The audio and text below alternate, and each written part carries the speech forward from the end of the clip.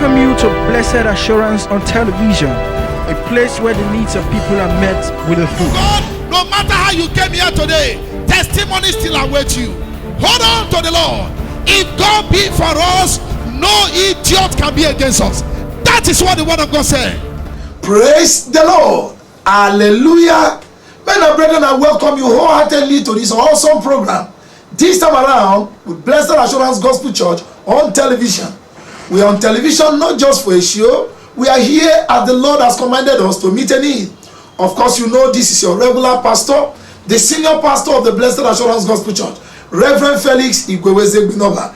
I plead with you, you can be part of me in this program. You can sponsor this program. You can talk about this program as much as you can. And you can, of course, pray along with us as the Lord sustains this program. So relax the members of your family as you watch this program on television. I will meet you at the end of this program. How many of you believe that God is able? I would like you to stand up this morning and worship the able God. Worship Him excellently. Worship Him in advance of what you have for you and for what you have is for me. This glorious year, a year of God's glory, a year of divine fulfillment, a year of my great peace and joy, a year of grace, mercy upon my life. Thank you, Father. In Jesus' mighty name we pray. A better amen, church. How many has written your own? If you are watching me on television, this is a covenant card for the year 2017. It's a covenant card of testimony. I already know that what I've asked here, God is more than enough to give it to me. But I need to write it down. So that by the time I'm showing it to my friends, my brothers and sisters, my loved ones, at the ending of the year, they will know that God is a miracle worker. It's an evidence. Tell somebody it's an evidence. If you have not written, after we finish praying, call somebody to write your mind. I always hang all my covenant cards. And each time I look at it, joy comes out of my heart. This year, God will deliver joy to you. But I would like you to stand up and say, Baba, give me grace not to disappoint you. You also open your mouth and pray. I give you 1 minute to pray. Give me grace never to disappoint you.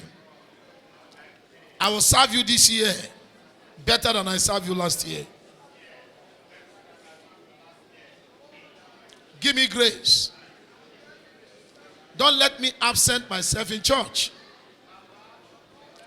Holy Spirit, give me interest for the things of God. Give me grace to pay tithes this year, constantly, and to reap the result. Make me a tither and a giver to the work of God. Tell God to give you grace. Tell God to keep you alive. Enter into a covenant of life. As you give me life, I will serve you. As you give me life, I will worship you. What else am I going to do with my life? Is to serve you with it. As you give me life, you give my wife and children life. Jesus, we will serve you with it. As you prosper me, I will serve you with it. It's a covenant, it's an agreement. In Jesus' mighty name we pray. May the Lord hear us speedily. Holy Ghost, do your work. Glorify Jesus here this morning. In Jesus' name we pray. I would like us to look at Genesis chapter 12. Take your seat. I'm talking on covenant of peace with the God of peace. Covenant of peace with the God of peace. Genesis chapter number 12. That's the way to begin. As we look at Father Abraham and this God we are talking about. In Genesis chapter number 12, we shall read from verse 1. Now the Lord had said unto Abram, Get thee out of thy country, and from thy kindred, and from thy father's house, unto a land which I will shew thee. And I will make of thee a great nation, and I will bless thee, and make thy name great, and thou shalt be a blessing. And I will bless them that bless you, and curse him that curse you. and in you shall all families of the earth be blessed. So Abraham departed as the Lord had spoken unto him, and Lot went with him. And Abraham was 75 years old when he departed out of Haran. And Abraham took Sarai his wife, and Lot his brother's son, and all their substance that they had gathered, and the souls that they had gotten in Haran, and they went forth to go into the land of Canaan, and into the land of Canaan they came. Matthew chapter 4, 17 to 19. Matthew chapter 4, 17 to 19. From that time, Jesus began to preach and to say, repent, for the kingdom of heaven is at hand. And Jesus, walking by the sea of Galilee, saw two brethren, Simon called Peter, and Andrew his brother, casting a net into the sea, for they were fishers. And he said unto them, follow me, and I will make you fishers of men. Somebody say amen to the word of God. Amen. Somebody say amen to the word of God. Amen. Covenant is an agreement between two persons, most times not of equal capacity. Covenant is an issue binding two or more people together, with everybody having his own part of agreement to fulfill. The God of heaven is a God of covenant. He created man by covenant. Why God made man on earth was not for man to be on his own. God made man to be in relationship with him. God made man to be in relationship with him. For time's sake, let me just go to Genesis chapter 2 so that we can settle this matter straight. Genesis chapter 2, look at verse 15 to 17. And the Lord God took the man And God took man. and put him into the Garden of Eden. Look up here.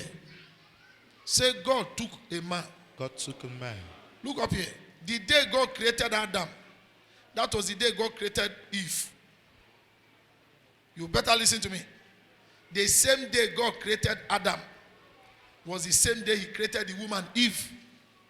The only difference was that he didn't bring out the woman out of the man. The man was carrying the woman about. Until one day God made the man to sleep and separate the woman from the man. So when you hear the Bible say, and God made man, the Bible is simply saying God made both man and woman. If you are a historian, whenever you hear early men, we are talking about early men and women. Are you following me? When God made a man, Adam and Eve, he put him in the garden. He put him. Say, put him. Say, put him. Say it again. The people that voted put Buhari as a president. The people that voted in Edo State, wherein they declare Obaseki, INEC declare Obaseki as a winner, the people that voted put Obaseki as a governor. But the unfortunate thing is that the people that put, or rather the people they put, don't do what the people put them, ask them to do. Am I talking to somebody? God made man and did what? Put him in the garden. Is it not true? The people that went to vote, Ghana just had a new president.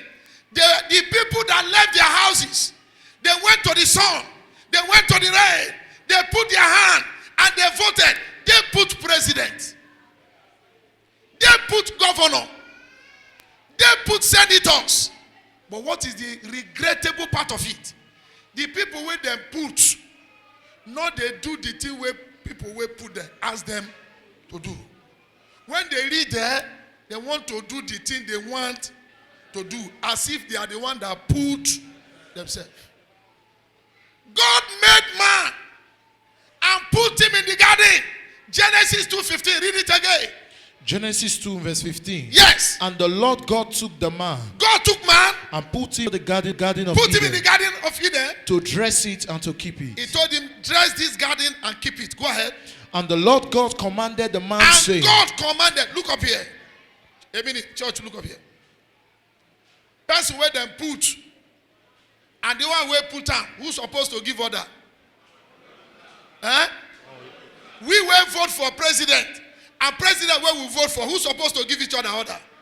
Now we supposed to give them order. Because power belongs to the people that voted. But is it like that? You can tell the rest story. The people that put the governor should command the governor come and tie our road and don't patch it. Come and give us electricity and don't send us people without light. It's the people that put the person that has more power than the person they put. God made man and put him in the garden and gave man instruction. Keep the garden clean. Ladies and gentlemen, government is talking about diversification. Agric. Everybody should keep quiet. The first assignment God gave man without election was agric. If you don't know how to plant ordinary ugu leaf in your compound, don't complain of hunger. You should be able to buy simple ugu leaf and plant it in your compound. Don't say, no, be me get that house. If you come out, another person will enjoy it. Even if it's your house, the ugu leaf can climb to another compound and now somebody else will pluck it. You are contributing to life. Don't drink orange from January to December. You cannot plant one. What stops you from looking that thing you people use in that cellophane you use in drinking pure water? Why not cut it and then put a little hole under? Look for manure, put inside, put 2 oranges and be watering it. It will grow. In 10 years, that orange can produce for you. Agric is the solution. God made man, put him in the garden, and ask him, dress this garden, keep it, and let the seed come out so that you can eat. I pray for somebody this year, you will eat well. Amen. That is not all the instruction. Lead on. And the Lord God commanded man, saying, And God told man, saying, of every tree of the garden, for all the tree you find in the garden, thou mayest freely eat. you can eat everything.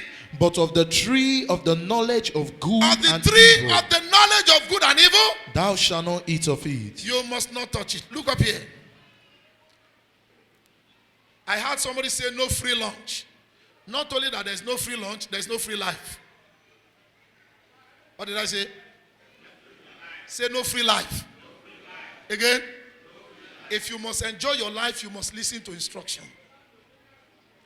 A man who doesn't take instruction will get destruction. You don't need anybody to tell you that.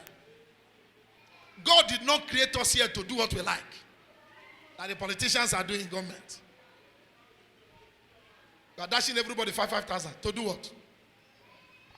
Build industry and let people work. Bring light and let people sell pure water.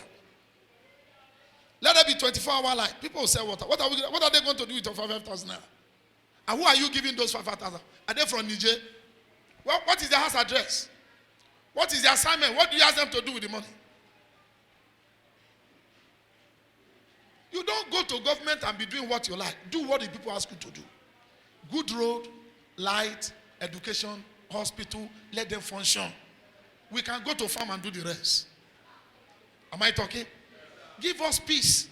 Don't allow people who are carrying llama, be carrying gun, and be killing people that own the farm that the llama is eating the cassava. When God made man, he put man in the garden and gave man instruction. You cannot say you want to come into a relationship with the God of heaven and you are not ready to take instruction. Something is wrong with you. When God came to Father Abraham, he said, Father Abraham, I'm about to bless you in Genesis 12. He said, but you must leave your father's house. You must leave your father's house. I want to change your address. And where I'm taking you to, I won't tell you now. Just follow me. Ladies and gentlemen, Matthew chapter 4. That God appeared again in Matthew chapter 4. The God that spoke to Father Abraham in Genesis 12 appeared again in Matthew chapter 4. Look at Matthew chapter 4 verse 17. Read it. From that time, Jesus began everybody to say Jesus. Jesus. If you know how to read your Bible very well as you study scripture, you will come across 1 Corinthians chapter 10. Read from verse 1. And the Bible will tell you that the rock that the people drank in the wilderness, 1 Corinthians chapter 10, that rock was Jesus. Jesus is the God of the Old Testament. He's the same yesterday, today, and forever. Jesus appeared, God a man. He appeared. He said, repent, for the kingdom of God is at hand. Go ahead. And he said unto them, He said unto them, follow me. Everybody say, follow me. When God met Abraham in Genesis chapter 12, what did he tell Abraham? Follow me. Follow me. If you want to come into covenant with the God of heaven, Yahweh, you must obey this order. You can't stand in your father's idol. You are doing what the traditional people are still doing. You are doing what your friends are still doing. You are drinking ogogoro. You are going from party to party. You are playing pool. You are still in one court or the other. You say you want to come into agreement with heaven. When I hear people say God don't answer prayer, I rejoice. Because he answers my own. God is not obliged to answer everybody. Because you cannot walk in waterboard and go to John Holt to receive salary. If you want God to answer your prayer, you must study him like a woman should study the husband. When we were doing Sunday school, I told you, it's not a man that studies a woman. It's a woman that studies a man. If a man wants to marry, he will shine his eyes. But my pastor told me not to shine my eyes. But that's what men does, or do, rather. When men want to marry, they will be shining their eyes. I used to shine my eye very well. I want to look for long leg, long face, long nose, long trouble, long, everything long. But when I wanted to marry, I went for counseling. Pastor now counseled me. He said, if you want to go and buy fish in the market, shine your eye. You look at the fish and see if it is smelling or not. Shine your eye so that they don't cheat you. But if you want to marry, close your eye, because I will not tell you truth. Tell somebody, close your eye. Close your eye. If you want to marry, you close your eye. Allow your spirit to talk to you, not your eye, because eye does not tell the whole truth. If you must relate with God, study God like a woman studied the husband. After a man has taken a woman into his life, it becomes the responsibility of the woman to start studying the man. Because if you don't study the man, you can't adapt. If you are waiting for your husband to adapt to you, you will wait in vain as a woman. You don't understand technology, marital technology. Oh, the Bible says if a woman is a Christian and the husband is not a Christian, God can save the husband that is not a Christian because of the wife. 1 Peter chapter 3, he said when the husband is watching you as a Christian woman, your husband can repent because of you. That's why God will look for children and look for women first before grabbing the man. That's the way God does it. It's the lifestyle of the children and the lifestyle of the wife that sends salvation message to the husband. Am I talking?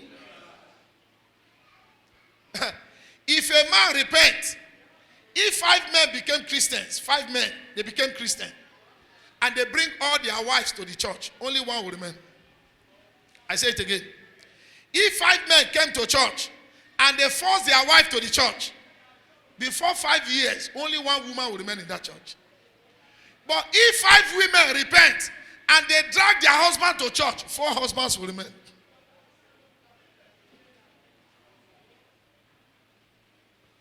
That's why the devil does not want the Christian women to know what I'm saying. The salvation of the men is in the hands of the women. How many boys don't pursue women enter church? Marriage carry them enter church. Go and find out. Is the pastor talking? If your wife is good to you, anywhere she take you, you follow. Even when we're dancing disco, disco will not be disco without a good girl.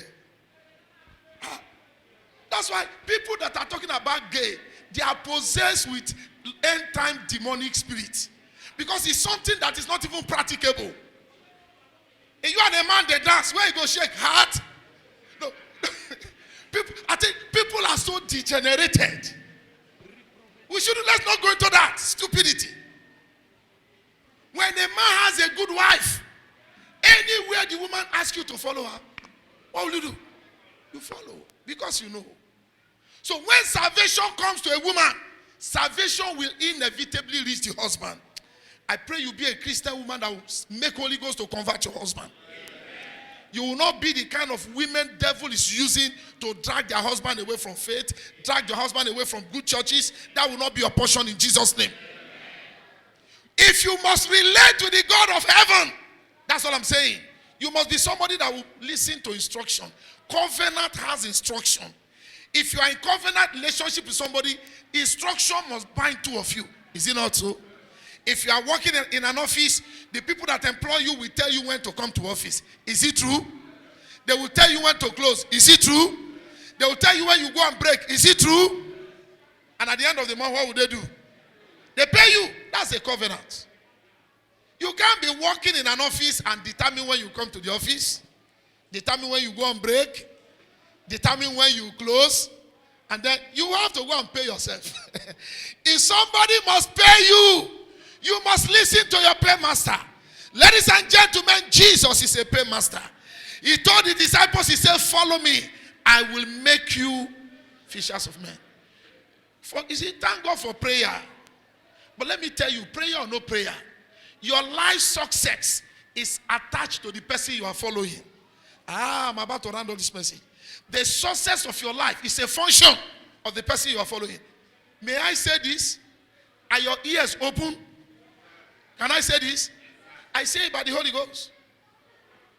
When they send soldiers to Sambisa forest, they start writing prayer requests.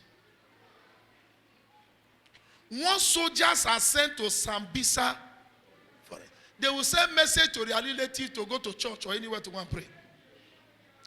But how many soldiers ask for prayer requests when they are sent to Azo Rock? How many soldiers ask for prayer requests when they are sent to Azo Rock? The last police officer in the governor's office is fatter than the commissioner of health. There are places they send you to. You don't need anybody to tell you the outcome of that place. There are another place they send you to. You don't need anybody to tell you the end of that result. The road you are following and the direction you are heading to will tell you how you will end up. Ladies and gentlemen, when you follow Jesus, no prayer requests. He said, I will make you. 2017, Jesus will make you. Your amen don't even know what I'm saying. My confidence is that he will make me.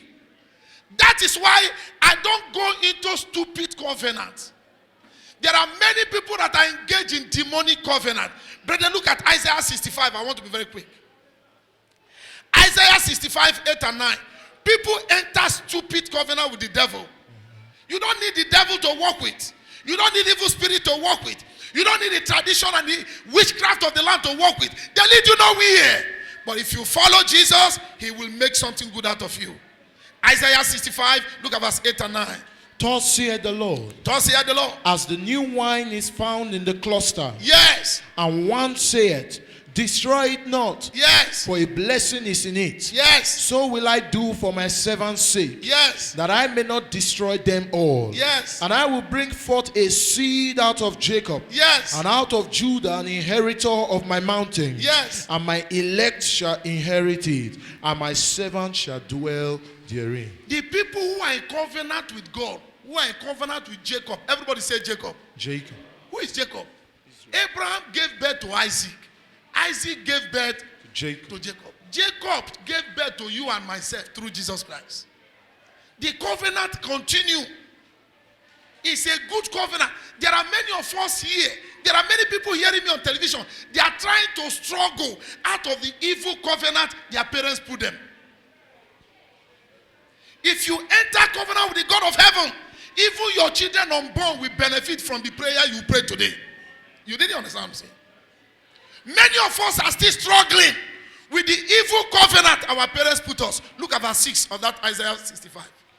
Behold, it is written before me, I will not keep silent, but I will recompense, even recompense into their bosom.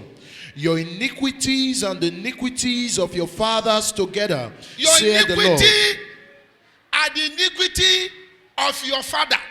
God said there are people he's angry with. The anger started with your father. May you escape the anger that God put against your father. Amen. There are parents that brought children into a very tight corner. You are an armed robber. You are a kidnapper. You dey sell people land. You know as you dey do am. You go win case. You dey do a lot of bad thing. You dey prosper. They give you chieftaincy title. You dey do everything. It just they work for you. You are leaving big trouble for your children. Some people are waiting for you to go. And they know you will go. It's a matter of time. They won't even kill you. Thank God for our nation. Thank God for the nation of the world. Nobody plot coup again. And we don't want coup in Jesus' name. Everybody is patient. If you are a good government, time will tell. If you are not a good government, time will tell. 4 years is not forever. What did I say? 4 years is not forever. Anything somebody is doing, time will judge. I pray that you won't put load for your children. The load they won't be able to carry. Amen. I'm reading Isaiah 65 verse 6. Read on. Your iniquities and the iniquities of your father together, saith the Lord, which have burned incense upon the mountains. Your fathers went to the mountain to burn incense. Go ahead. And blasphemed me upon the hills. Church, look up here. With no apology. Anybody that entered a house that is not a house of God and called that place a church has committed sacrilege. I say it with all emphasis in the name of Jesus. A place that is called a church is a place where the name of Jesus is honored. A place that is called a church is a place where there's an apostle ordained by Jesus. A place where they call a church is a place where the Bible is respected, and that's the final constitution. A place where they call a church is a place we say in the name of Jesus, everybody bow down his or her head. Any place that lack any of this and you call it a church, you are committing sacrilege before God. Let an idol house be called an idol house, and let a church be called a church.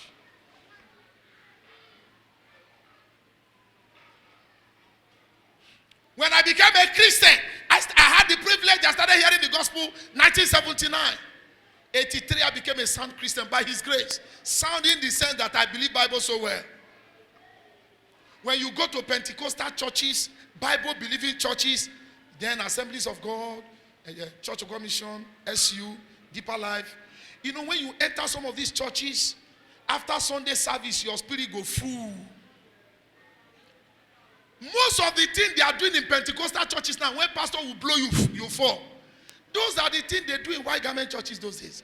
And they don't build churches on the street. They build churches by the side of the river.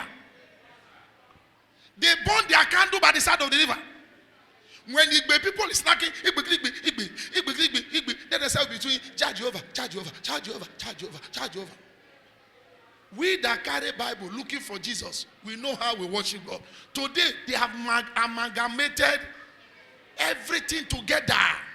People commit sacrilege. They'll be doing occultic thing and they want you to believe it's God. No! Everything about God is like water. Water has no color. It has no odor. It has nothing in it. But it has power. Oh, clap your hand if you know what I'm saying. Hallelujah. Praise the Lord. I have no doubt in my heart you've been blessed. That's just a little of the great thing the Lord is doing with us here in Blessed Assurance Gospel Church. Meanwhile, I want to challenge you. Make sure you worship with the Blessed Assurance Gospel Church. Of course, our services are 8 a.m. every Sunday morning. I beg of you once again, be a part of this program. Sponsor this program with us. Send us sponsorship. Call my line as you can see all the information on screen and tell me, Reverend Felix Benoba, I want to be part of this program. I'll be very much happy to have you. Until I meet you next week, remain blessed. And I pray, I believe God will keep us again to talk to you next time. God bless you. Amen.